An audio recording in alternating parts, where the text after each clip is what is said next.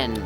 Thousands of students are waiting to return to the classroom, but not all students in all school districts are expected to operate under the same rules. Good evening, everyone. We have been told for a year that social distancing means 6 feet. But some student advocates say that is too strict and argue students can stay safe while being closer together. Jeff Rusak dives into the distance debate tonight. 6 feet. It's been the standard for social distancing for a year. It's what the CDC recommends for students in schools. But there is new evidence that suggests in schools there may be no difference when it comes to the spread of COVID-19 between 3 and 6 feet of distance. That's from this study published in Clinical Infectious Diseases. It's what we've been waiting for. 3 feet is what all school districts need to open fully. The group Western New York Students First is pushing local health officials to return to in-person classes.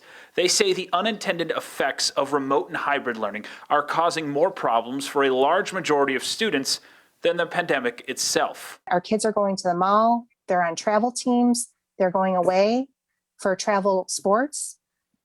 Why aren't schools open yet? They've recently called on the Erie County Department of Health Commissioner GALE BURSTEIN to allow more students into schools. Our county attorney has advised us that local health departments in New York State are not allowed to develop policies for the schools. Those policies are developed by the New York State Education Department and the New York State Health Department.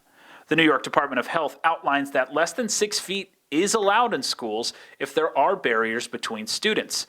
An expensive cost for districts, but Western New York Students First believes the recent stimulus package could cover those costs. Each school district has received huge windfalls from the COVID relief fund, which President Biden has allocated specifically to open schools and get our kids back in there. Even with that money coming in, Burstein says some schools fear legal action if they drop spacing below 6 feet. We've been told by Erie 1 and 2 BOCES that if schools deviate from the recommended New York State guidelines for schools, for example, changing the 6 feet social distancing to 3 feet social distancing in the classrooms, then they will not be covered by their insurance carrier.